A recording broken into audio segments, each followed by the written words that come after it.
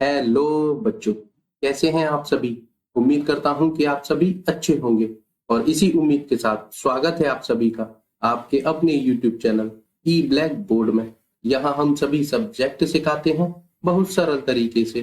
तो देर न करते हुए चलिए वीडियो को शुरू करते हैं। बच्चों, इस वीडियो में हम कक्षा 7 की गणित विषय की प्रश्नावली 3.3 करेंगे और वह भी बच्चों नए सिलेबस के अनुसार, क्योंकि आप जानते हैं एनसीईआरटी ने आपके गणित का सिलेबस बदल दिया है। ठीक है, चलिए इसे शुरू करते हैं।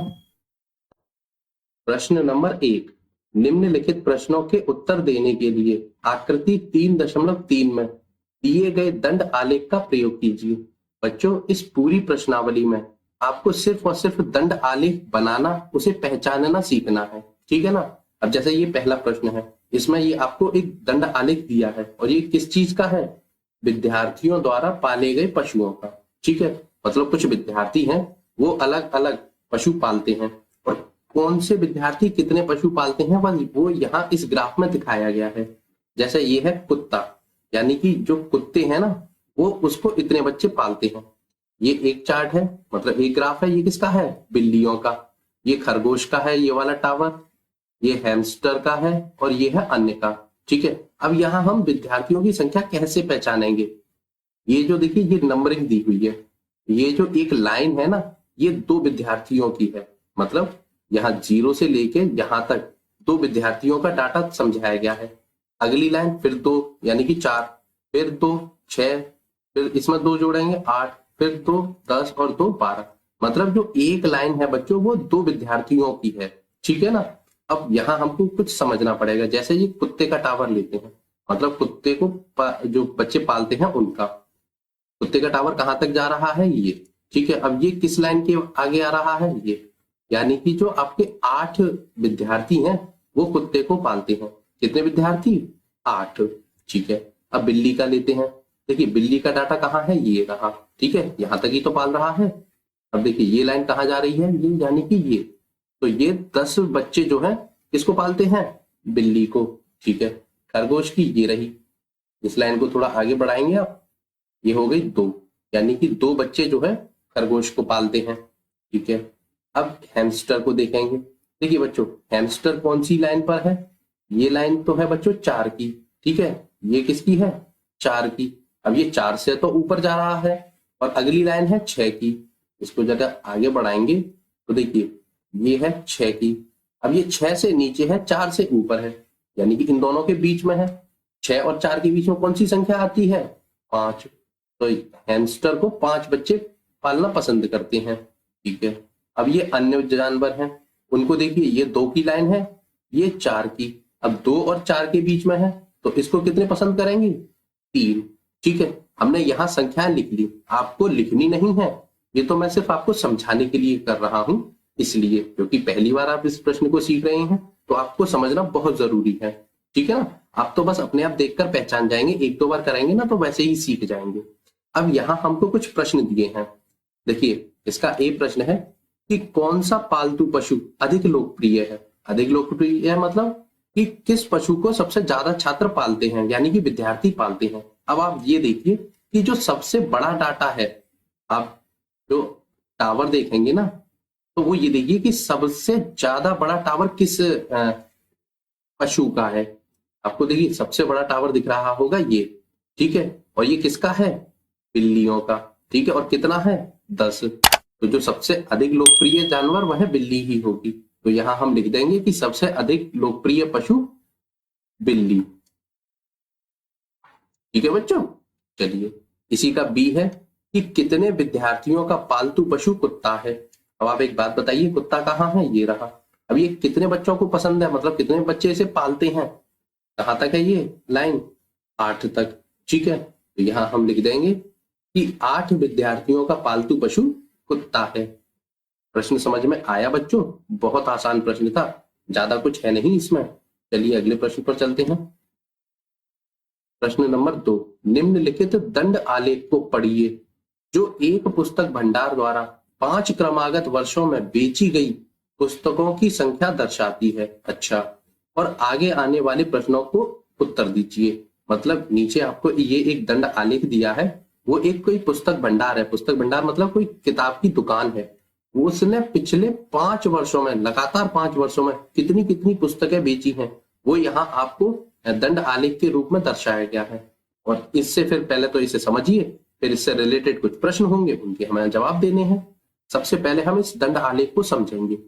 देखिए, ये जो एक लाइन है, ये कितने की है बच्चों? ये है हमारी 100 की। यहाँ दिया भी है स्केल 1 इकाई बराबर 100 पुस्तक है। मतलब ये जो एक लाइन है, जो एक खाना है, ये 100 पुस्तकों के लिए दर्शाया गया है। ठीक है, 100, 200, 300 इस तरीके से 600 तक ये गए हैं। अब हमको ये समझना है, ये जो है 1989 की पुस्तकों का डाटा है, ये 90 है, 91 है, 92 और 93। ये 5 वर्ष का डाटा दिया है हमें कि किस वर्ष कितनी पुस्तकें बिची हैं। अब सबसे पहले हम इसको समझेंगे। देखिए, 89 का डाटा क्या शो कर रहा है? देखिए, ये 100 की लाइन हो गई और ये हो गई 200 की।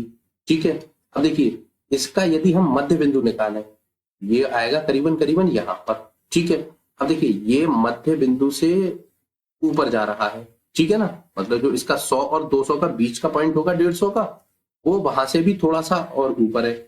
यानी कि ये तो अगर हम माने तो इसे ये हो जाएगा 150 का। ठीक है, अब ये 150 और 200 के बीच का है, यानी कि यहाँ पर आ रहा है ये। तो 150 और 200 के बीच में कौन सी संख्या आती है? वो आती है आपकी 175। ठीक है, यानी कि 1989 में इस पुस्तक भंडार ने 175 पुस्तकें बेची हैं। ठीक है, चलिए अब 1990 लेते हैं। देखिए, 90 का डाटा कहाँ है? यहाँ देखिए, ये इसका मध्य बिंदु है, ये इससे भी ऊपर जा रहा है।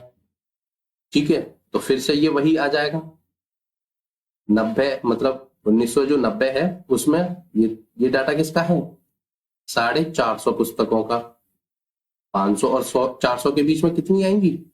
ये डाटा आ गया 450 का। ये 450 से ऊपर है और 500 से नीचे है, यानी कि ये इसके मध्य बिंदु पर आएगा। तो जब हम इसे और आगे बढ़ाएंगे तो ये यहाँ मिल जाएगा। अब देखिए, 500 और 450 के बीच में कौन सी संख्या आती है? वो आती है लगभग लगभग हमारी 475। ठीक है, तो ये 1990 में उसने 475 पुस्तकें बेची हैं। चलिए अब बात करते हैं 1991 की। देखिए बच्चों, अब 1991 में कितनी पुस्तकें बेची हैं इसको समझिए। पहले इनको हटाइए तो आप अच्छे से समझ पाएंगे। देखिए, ये है 1991 वाला डाटा। कहाँ है? देखिए, यदि हम इसको थोड़ा सा आगे बढ़ाएं, इस 300 वाले को जब हम आगे बढ़ाएंगे तो ये तो थोड़ा सा और ऊपर जाएगा। ठीक है, और इसका मध्य बिंदु आएगा यहाँ, ये हो जाएगा 250। ठीक है, यानी कि 250। तो बच्चों, ये 250 से तो थोड़ा सा नीचे दिखेगा मुझे। आप यदि आप इसको स्केल से आगे बढ़ाएंगे ना, ये यहाँ आगे बढ़ेगा तो देखिए 250 का आंकड़ा आएगा यहाँ। तो मतलब ये है कि ये 250 से ऊपर है और 300 से नीचे है। तो यहाँ पर भी यह कितना होगा?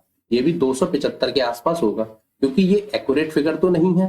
ठीक है ना, तो यहाँ हमें लगभग मान बताना है।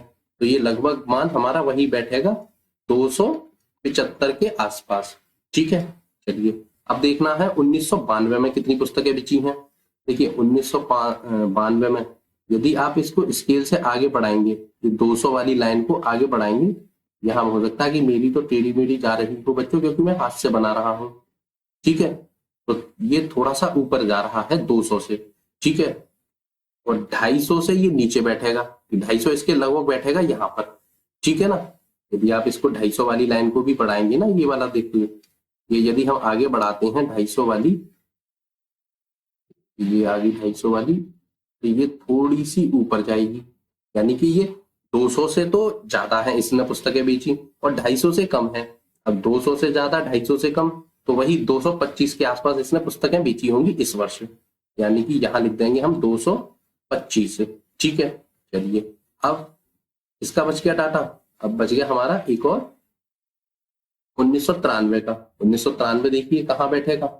देखिए, ये 600 से तो नीचे बैठेगा। यदि आप इसको स्केल से बढ़ाएंगे, 600 से नीचे है, और इसका जो मध्य बिंदु होगा 500 और 600 का 550। ठीक है, तो इससे ये ऊपर जाएगा, तो लगभग लगभग ये बैठेगा 575 के आसपास। यदि हम इसे भी लिखेंगे तो ये बैठेगा 575। ठीक है बच्चों, अब हमने इस डाटा को बहुत अच्छे से समझ लिया। अब इसके प्रश्न हम बहुत आसानी से कर लेंगे। ठीक है, इसका पहला प्रश्न है कि वर्ष 1989, 90 और 92 में प्रत्येक में लगभग कितनी पुस्तकें बेची गई। ठीक है, बहुत आसानी से कर लेंगे, चलिए करते हैं। तो देखिए बच्चों, यहाँ हमने लिखी है 1989 में बेची गई पुस्तकें, 90 में और 91 में। ठीक है, और ये चार्ट को हम पहले ही दंड आलेख को अच्छे से समझ चुके हैं, फिल कर चुके हैं, तो इनके आंसर देना बहुत सरल हो जाएगा हमारे लिए। देखिए 89 में कितनी पुस्तकें बेची गई हैं, 175। तो हम यहाँ लिख देंगे कि 89 में बेची गई पुस्तकें कितनी हैं, 175। ठीक है, 90 में कितनी बेची हैं, ये 475। तो यहाँ लिख देंगे हम 90 में बेची गई पुस्तकें 475। ठीक है, और 91 में बेची हैं 275। तो यहाँ लिख देंगे हम 275। ठीक है बच्चों, कितना सरल प्रश्न है, क्योंकि सबसे पहले हमको इस दंड आलेख को समझना पड़ेगा। यदि हम दंड आलेख को समझ गए तो इनके जवाब देना बहुत आसान हो जाएंगे। ठीक है ना, चलिए इसी का दूसरा पार्ट करते हैं, मतलब इसका दूसरा प्रश्न कि किस वर्ष में लगभग 475 पुस्तकें बेची गई और किस वर्ष में लगभग 225 पुस्तकें बेची गई।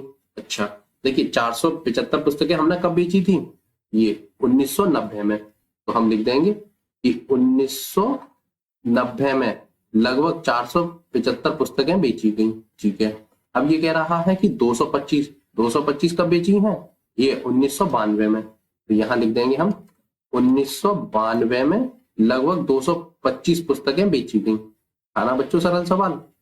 चलिए इसी का तीसरा है कि किन वर्षों में 250 से कम पुस्तकें बेची गई हैं। अब 250 देखिए, यानी कि ये है 250 का डाटा। अब 250 से आपको कौन कौन सी सन में कम पुस्तकें दिख रही हैं। देखिए ये 175 है, 250 से कम है। ये 475 है, ज्यादा है। 275 ये भी ज्यादा है। ये 225 250 से कम है, यानी कि देखिए, और ये भी ज्यादा है। तो आपको दो वर्ष दिखे, एक 1989 और एक है 1992। इन दो वर्ष जो है 250 पुस्तकें से कम पुस्तकें बेची गई हैं। तो बस ये लिख दीजिए कि किन वर्षों में, तो आपको वर्ष लिखनी है। तो पहली तो है हमारी 1989, ठीक है, और दूसरी है 1992। तो 1992 में। ठीक है, तो यही हो जाएगा हमारा आंसर कि 250 से कम पुस्तकें बेची गई 1989 और 1992 में। ठीक है बच्चों, चलिए देखिए इसी का चौथा प्रश्न है कि क्या आप स्पष्ट कर सकते हैं कि आप वर्ष 1989 में बेची गई पुस्तकों का आकलन किस प्रकार करेंगे। मतलब देखिए इसका प्रश्न थोड़ा सा अलग होगा। वो आपसे ये पूछ रहा है कि क्या आप स्पष्ट कर सकते हैं कि आप 1989 में पुस्तकें बेची गई हैं, आपने उसका आकलन कैसे किया, मतलब उसको आप किस तरीके से समझे। अगर हम आपसे कहें कि आप समझ गए तो दूसरे को आप किस तरीके से समझाएंगे। बस थोड़ा सा बनाकर क्वेश्चन करना पड़ेगा। जो आपने सीखा है बस वही आपको यहाँ लिखना है। अच्छा, आपने ये 89 वाला डाटा सीखा कैसे था, पहले तो आप ये बताइए। देखिए हमने इसे सीखा था कि हमें पता है कि 1 इकाई बराबर 100 पुस्तकें होती हैं। ठीक है, अच्छा अब देखिए 89 कहाँ है, 100 और 200 के मध्य है। अच्छा, तो 100 और 200 का मध्य होता है 150। ठीक है, लेकिन ये 150 के आंकड़े यानी कि 150 की लाइन के बराबर तो नहीं है, ये उससे भी ज्यादा है। और 200 का जो डाटा होगा उससे नीचे है। तो ये लगभग हमारा 175 पर बैठेगा। यही तो हमने सीखा था। बस जो हमने अभी आपको बताया इसको हम अपनी शब्दों में लिख देंगे और इसका आंसर हो जाएगा तैयार। हम लिखेंगे कि क्योंकि यहाँ 1 इकाई बराबर 100 पुस्तकें हैं, क्योंकि स्केल दिया है 1 इकाई बराबर 100 पुस्तकें, तो 1989 में बेची गई पुस्तकों का दंड आलेख 100 व 200 के मध्य स्तर यानी कि 150 से थोड़ा सा अधिक है। देखिए ये है इसका मध्य 100 और 200 का, ये उससे भी थोड़ा सा ज्यादा है। तो अतः इसे हम 175 पुस्तकें मानेंगे। ठीक है ना। प्रश्न नंबर 3, 6 विभिन्न कक्षाओं के विद्यार्थियों की संख्याएं नीचे दी गई हैं। अच्छा, मतलब 6 कक्षाएं हैं, उनमें जो जो स्टूडेंट पढ़ते हैं उनकी संख्याएं आपको दी हैं। इन आंकड़ों का एक दंड आलेख निरूपित कीजिए। मतलब इन जो आपको डाटा दिया है, आंकड़े दिए हैं, उनको लेकर आपको दंड आलेख बनाना है। ठीक है। अब तक हमें दंड आलेख बना हुआ दिया जाता था, लेकिन अब हमें दंड आलेख बनाना पड़ेगा। चलिए हम उसे भी सीख जाएंगे, बहुत आसान होता है। देखिए ये है कक्षा 5, 6, 7, 8, 9 और 10, ठीक है। और ये विद्यार्थियों की संख्या है 135, 120, 95, 100, 90 और 80, ठीक है। तो सबसे पहले तो हमें एक पुस्तक बनानी, मतलब जो दंड आलेख बनाना है, ठीक है। और फिर ये उनके कुछ प्रश्न हैं वो देने हैं। सबसे पहला है कि आप स्केल किस प्रकार चुनेंगे। तो देखिए सबसे पहले तो हम दंड आलेख बनाना सीखेंगे, ठीक है बच्चों। चलिए देखिए यहाँ हमने पहले से ही आपके लिए एक दंड आलेख बनाकर रखा है, क्योंकि यदि हम यहाँ बनाएंगे तो बहुत तो गंदा बनेगा और टेढ़ा मेढ़े के साथ साथ आप अच्छे से समझ भी नहीं पाएंगे। यहाँ हम लेकिन समझाएंगे आपको बहुत अच्छे से, ठीक है। देखिए उसका पहला प्रश्न था कि आप स्केल किस प्रकार चुनेंगे। हमारे बॉक्स ये रहे, देखिए पहला बॉक्स ये रहा, दूसरा हमने ये बनाया है, तीसरा, चौथा, पांचवा, छठवां और सातवां, ठीक है। ये हमने 140 तक बना दिए। अब देखिए ये हमने एक बॉक्स है, ये कितने छात्रों के बराबर बनाया है आप बता सकते हैं। ये हमने माना है 20 छात्रों का, ठीक है। जो हमने स्केल लिया है वो एक बॉक्स 20 छात्रों को निरूपित कर रहा है, ठीक है। तो देखिए ये 20, 40, 60, 80, 100, 120 और 140। 140 ही क्यों बनाया है, क्योंकि जो हमारा सबसे बड़ा डाटा है ना वो देखिए ये है 135। तो ठीक है 135 से हमें ज्यादा बनाना पड़ेगा, तब हम यहाँ तक अच्छे से समझा पाएंगे आपको, ठीक है। तो हमने जो इकाई मानी है, स्केल माना है, वो एक इकाई बराबर 20 छात्र माना है, ठीक है। अब इसको बनाया कैसे है ये भी समझिए। देखिए यहाँ इसको बनाने के लिए आपको देखिए सबसे पहले तो एक ये आगे वाला खाना छोड़ना पड़ता है। ये वाला टावर है ना, मतलब यहाँ जो टावर बन सकता था ये हमने खाली जगह छोड़ी है, ठीक है। अब हमने इस वाले बॉक्स में देखिए ये जो है ना, ये हमने ये टावर एक बना दिया है, ठीक है, ये वाला। अब ये कितने स्टूडेंट को दर्शाएगा ये और देखिए, ये हमारा है 5th क्लास का, ये 6th क्लास का है, ये 7th, 8th और 9th और 10th, ठीक है। अब जितने जितने क्लास का है ये तो यहाँ हो गया, और अब एक क्लास में कितने बच्चे हैं वो हमें इसकी ऊंचाई तक पहुंचाना है। हमने 5वीं में 135 पुस्तक जो बच्चे हैं वो दर्शाने हैं। देखिए ये 20, 40, 60, 80, 100, 120 और 140, ठीक है। अब देखिए 135 कैसे बनेगा, आप पहले इसे समझिए। देखिए 120 और 140 का मध्य बिंदु होगा, ये कितना होगा 130 के आसपास, ठीक है। तो हमें 130 से भी ऊंचा बनाना है और 140 से नीचा बनाना है। तो हमने जो 130 और 140 के बीच में लगभग लगभग ये हमने बना दिया 135 का, ठीक है। तो ये हमारा कितने का हो गया 135 स्टूडेंट का, ठीक है। इसे लिख दीजिए, यहां हम लिख देंगे कि 135 स्टूडेंट, ठीक है। अब अगला क्या है, छठवीं में, ये छठवीं का टावर है, यहाँ कितने हैं 120 बच्चे हैं। तो देखिए 120 को बनाना बहुत आसान होता है। ये देखिए ये 20 वाली लाइन है और हमने इसको इस लाइन के बराबर ही बना दिया है, ठीक है। तो ये 120 का डाटा हो गया आपका, 120 का, ठीक है। देखिए 7वीं में कितने हैं 95। अब 95 कहाँ बनेगा, देखिए सबसे पहले 100 वाली लाइन देखिए, 100 वाली लाइन हमारी है ये, ठीक है। 100 से हमने थोड़ा सा नीचे बना दिया, तो ये हो गया हमारा 95 बच्चों का डाटा, ठीक है। यहाँ हम लिख देंगे 95, ठीक है। अब अगला क्या है, 8वीं क्लास में है 100 बच्चे। तो देखिए 100 की लाइन तो आपको दिख ही रही है, इस लाइन को यदि हम आगे बढ़ाते हैं तो ये रहा हमारा 100 का डाटा, ये हो गए हमारे 100 बच्चे, ठीक है। 9वीं में है 90 बच्चे। तो देखिए 100 से हम, ये है 100 और ये वाली लाइन है 80 की, तो 100 और 80 के बीच में हम बनाएंगे ना तो ये हो जाएगी 90, ठीक है। 100 ये रही और 80 ये रही, इसका जो मध्य बिंदु होगा, इन दोनों खानों का जो मध्य बिंदु यानी कि बीच का भाग, तो वही हमारा 90 की लाइन को शो करेगा। तो ये हो गया हमारा 90 का, ठीक है बच्चों। देखिए आपको यहाँ ये डाटा लिखना नहीं है, ग्राफ पेपर पर लिख देंगे तो भी ठीक है, नहीं लिखेंगे तो भी ठीक है, दोनों ही बात है। आप जैसा आपको अच्छा लगे, आप पहली बार कर रहे हैं तो लिख भी सकते हैं, लिखने से आपको समझ में आएगा कि कौन सा टावर हमारा कितने बच्चों को दर्शा रहा है, ठीक है ना। चलिए अब देखिए ये है 10वीं का डाटा, कितने हैं 80। अब 80 की लाइन कहाँ है, ये रही। देखिए बच्चों आप इसको स्केल से चेक करेंगे ना तो आप अच्छे से बना पाएंगे। ठीक है, ये देखिए 80 वाली लाइन आ रही है ना सीधे, तो बस ये हो गया हमारा 80 बच्चों का डाटा। ठीक है, अब ये डाटा तो हमने बना दिया। अब इससे रिलेटेड जो भी प्रश्न होंगे हम वो बहुत आसानी से करते हुए चले जाएंगे।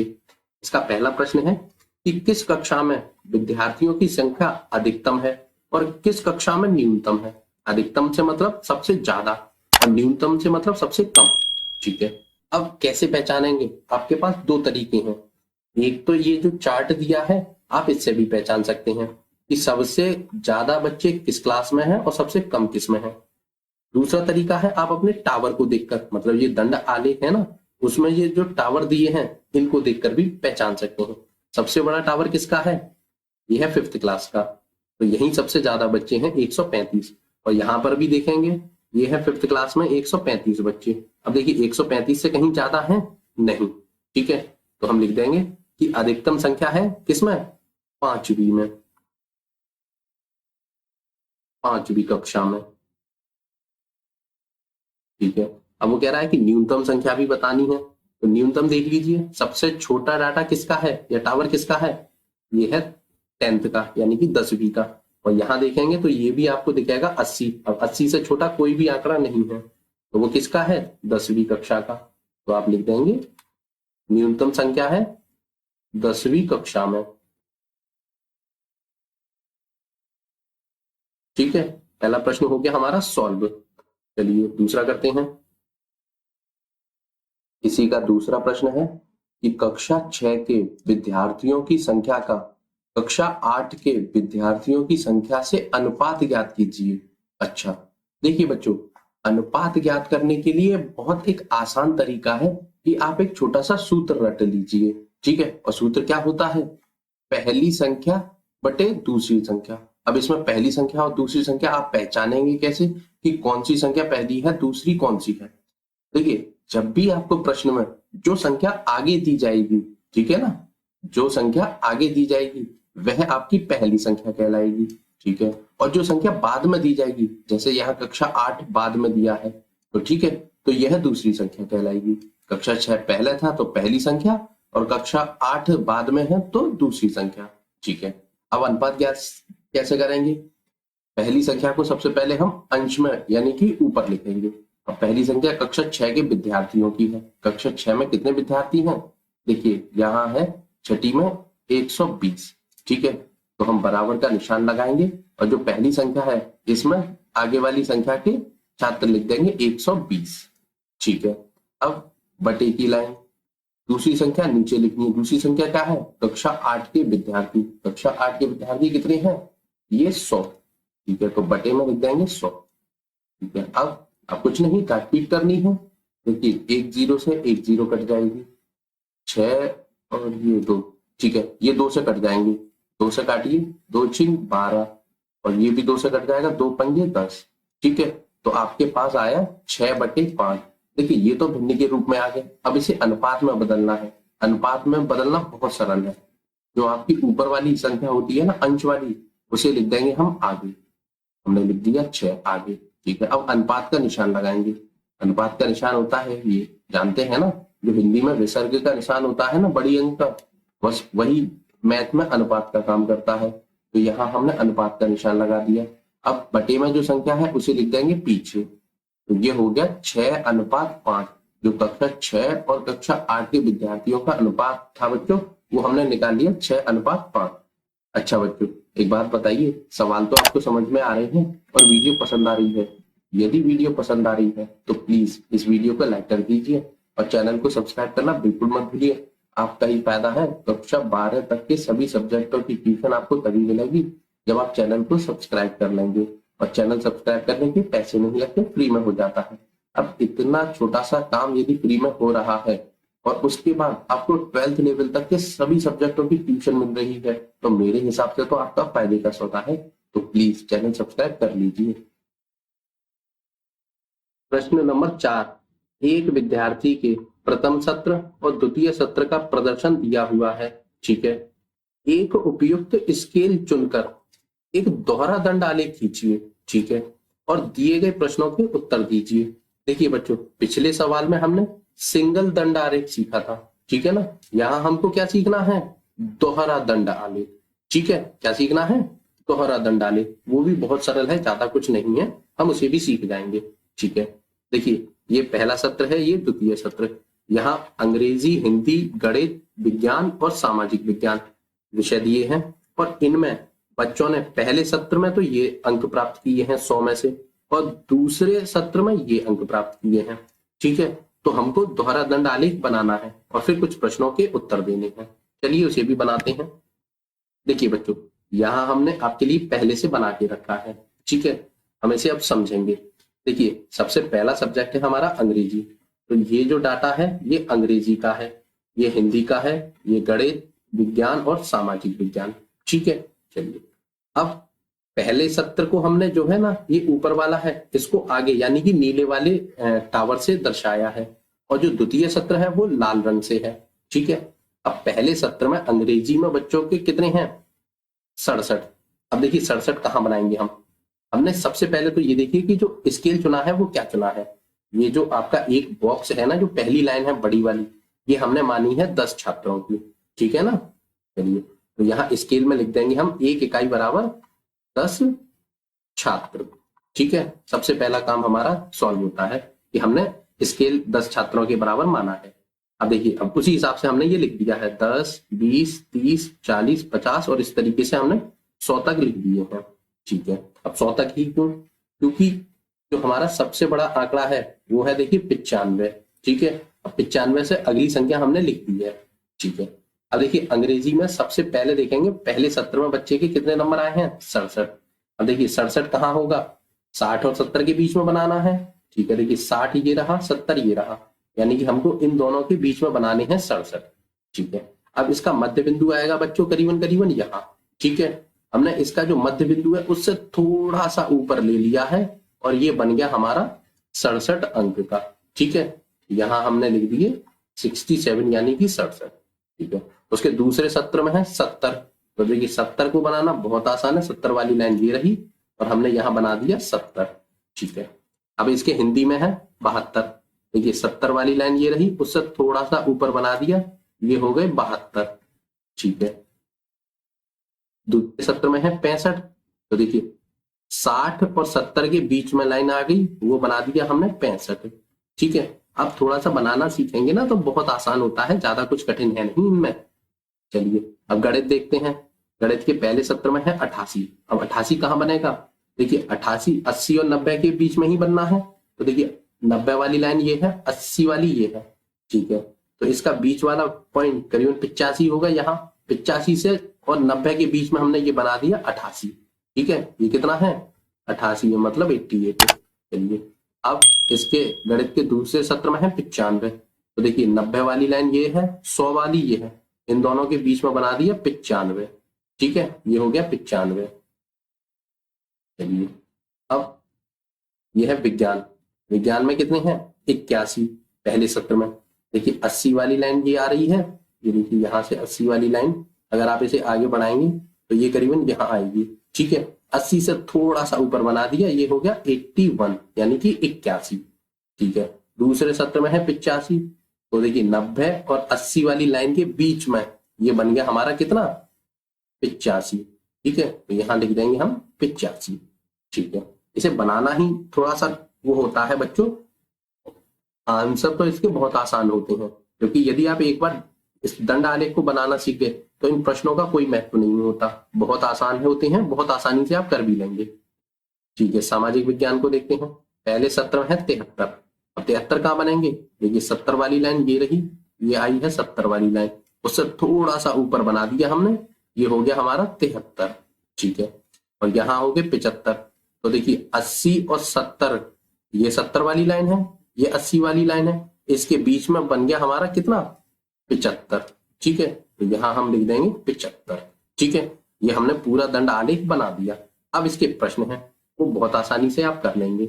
देखिए पहला प्रश्न है, इस विषय में विद्यार्थी ने अपने प्रदर्शन में सबसे अधिक सुधार किया। ठीक है, अब सुधार कैसे पता करेंगे?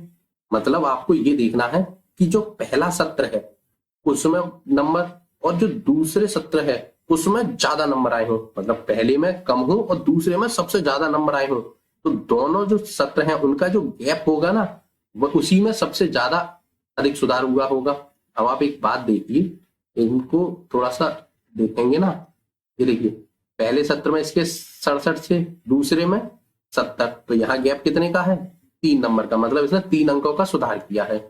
ये 72 से 65 पर गया है, यहाँ तो इसके नंबर घटे हैं, पहले 72 थे 65 हो गए, यहाँ तो सुधार हुआ ही नहीं है। ठीक है, अब देखिए ये 88 से 95 तक गया है, यानी कि यहाँ 7 अंकों का सुधार किया है। ठीक है, अब ये देखिए 81 से 85 तक गया है, मतलब 81 पहले सत्र में थे, दूसरे में 85, यानी कि ये यहाँ 4 अंकों का सुधार हुआ है। ठीक है, ये 73 से 75 पे गया है, 2 अंकों का सुधार हुआ है। ठीक है, अब देखिए सबसे अधिक सुधार किसमें हुआ है इसका? गणित में। कितने अंक का? 7। तो यहां लिख देंगे कि सबसे अधिक सुधार वाला विषय है गणित। ठीक है बच्चों, गणित में इसने सबसे ज्यादा सुधार किया है। देखिए पहला प्रश्न तो हो गया, चलिए इसी का दूसरा करते हैं। दूसरा है कि किस विषय में सुधार सबसे कम है? अच्छा, मतलब सबसे कम सुधार किस विषय में है?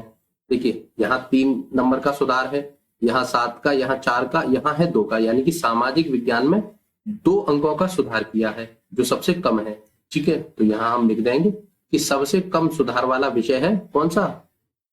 सामाजिक विज्ञान।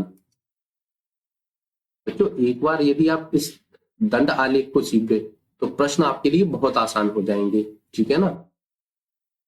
तीसरा करते हैं कि क्या किसी विषय में प्रदर्शन नीचे गिरा है? हाँ, अभी एक विषय हमने देखा था जिसमें प्रदर्शन नीचे गिरा है। देखिए यहाँ 67 थे, 70 हो गए, यानी कि प्रदर्शन बढ़ा है। गणित में भी 88 थे, 95 हुए हैं, यानी कि अंक बढ़े हैं। 81 से 85 हुए, ये भी बढ़े हैं अंक। यहाँ पर भी 73 से 75 हुए हैं, मतलब इन चारों विषय में तो अंक बढ़े हैं। लेकिन हिंदी हमारा एक ऐसा सब्जेक्ट है कि इसके पहले सत्र में तो 72 थे और दूसरे सत्र में कम और हो गए, ज्यादा होने की जगह कम हो गए, यानी कि इसी विषय में जो है इसका प्रदर्शन गिरा है। तो वो कौन सा विषय है? हम लिख देंगे कि प्रदर्शन नीचे गिरने वाला विषय है हमारा हिंदी। ठीक है बच्चों। अच्छा बच्चों एक बात बताइए, सवाल तो आपको समझ में आ रहे हैं और वीडियो पसंद आ रही है। यदि वीडियो पसंद आ रही है तो प्लीज इस वीडियो को लाइक कर दीजिए और चैनल को सब्सक्राइब करना बिल्कुल मत भूलिए। कक्षा 12 तक के सभी सब्जेक्टों की ट्यूशन आपको तभी मिलेगी जब आप चैनल को सब्सक्राइब कर लेंगे, और चैनल सब्सक्राइब करने के पैसे नहीं लगते, फ्री में हो जाता है, तो प्लीज कर दीजिए। अच्छा एक बात और बच्चों, इस वीडियो में हम केवल 4 ही प्रश्न करेंगे, क्योंकि यदि हम एक ही वीडियो में पूरी प्रश्नावली को खत्म करने की कोशिश करें तो प्रश्नावली तो खत्म हो जाएगी लेकिन वीडियो बहुत लंबी हो जाएगी। फिर ज्यादा बड़ी वीडियो देखकर आप मैथ से डरने लगेंगे, और जो कि हम बिल्कुल नहीं चाहते। हम चाहते हैं हमसे जुड़ने वाले हर बच्चे को मैथ बहुत आसान लगने लगे। ठीक है ना। तो इसलिए आप छोटी छोटी वीडियो में ही मैथ को सीखिए। तो इस वीडियो में केवल 4 ही प्रश्न, इससे आगे के प्रश्न अगली वीडियो में। ठीक है ना। अच्छा अगली वीडियो आपको मिलेगी कहाँ? जैसे ही यह वीडियो समाप्त होगी ना तो आपको अपनी स्क्रीन पे भी वह वीडियो मिल जाएगी, और नीचे डिस्क्रिप्शन में भी उसका लिंक दे दिया है, वहां से भी आप उस वीडियो को देख सकते हैं। ठीक है बच्चों, चलिए अब मिलते हैं अगली वीडियो में इससे आगे के प्रश्नों के साथ। तब तक के लिए बहुत बहुत धन्यवाद। Good bye.